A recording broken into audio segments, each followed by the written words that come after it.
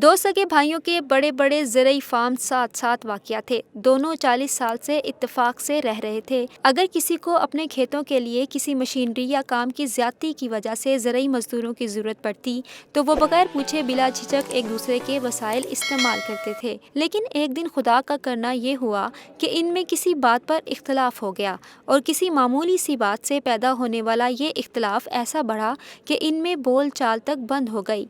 और चंद हफ्तों बाद एक सुबह ऐसी भी आई कि वो एक दूसरे के सामने खड़े गाली गलौज पर उतर आए। और फिर छोटे भाई ने गुस्से में अपना बिल्डोजर निकाला और शाम तक इसने दोनों घरों के दरमियान एक गहरी और लंबी खाड़ी खोदकर इसमें दरिया का पानी छोड़ दिया। अगले ही दिन एक तरखान का वहां से गुजर हुआ तो बड़े भाई ने इसे आवाज देकर अपने घर बुलाया और कहा कि वो सामने वाला फार्म हाउस मेरे भाई का है जिससे आजकल मेरा झगड़ा चल रहा है। इसने कल बिल्डोजर से मेरे और अपने घर के दरमियान जाने वाले रास्ते पर एक गहरी खाड़ी बनाकर इसमें पानी छोड़ दिया। मैं चाहता हूँ कि मेरे और इसके फार्म हाउस के दरमियान तुम 8 फुट ऊंची बाड़ लगा दो, क्योंकि मैं इसका घर तो दूर की बात इसकी शक्ल भी देखना नहीं चाहता। और देखो, मुझे ये काम जल्द से जल्द मुकम्मल करके दो जिसकी मैं तुम्हें मुंह मांगी उजरत दूंगा। तरखान ने सर हिलाते हुए कहा कि मुझे पहले आप वो जगह दिखाएं जहाँ से मैंने बाड़ को शुरू करना है, ताकि हम पैमाइश के मुताबिक साथ वाले कस्बे से जरूरत के मुताबिक मतलूबा सामान ला सकें।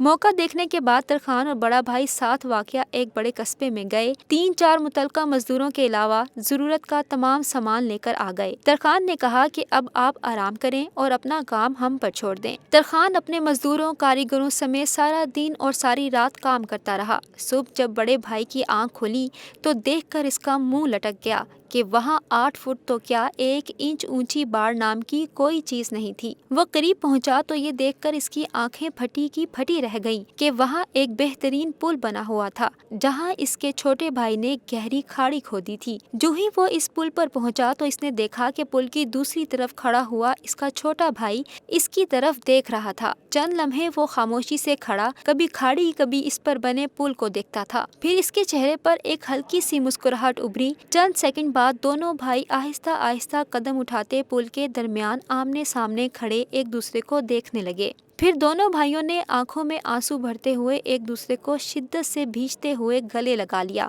देखते ही देखते दोनों भाइयों के बीवी बच्चे भी अपने घरों से निकलकर भागते शोर मचाते हुए पुल पर इकट्ठे हो गए। दूर खड़ा हुआ तरखान ये मंजर देखकर मुस्कुरा रहा था। बड़े भाई की नजर जूं ही तरखान की तरफ उठी जो अपने औजार पकड़े जाने की तैयारी कर रहा था तो वो भागकर इसके पास पहुंचा और कहा कि वो कुछ दिन हमारे पास ठहर जाए। लेकिन तरखान ये कहकर चल दिया कि इसे अभी और बहुत से पुल बनाने हैं। बराए मेहरबानी कोशिश करें कि लोगों के दरमियान पुल बनाएं, दीवारें ना बनाएं और माफ़ करना सीखें।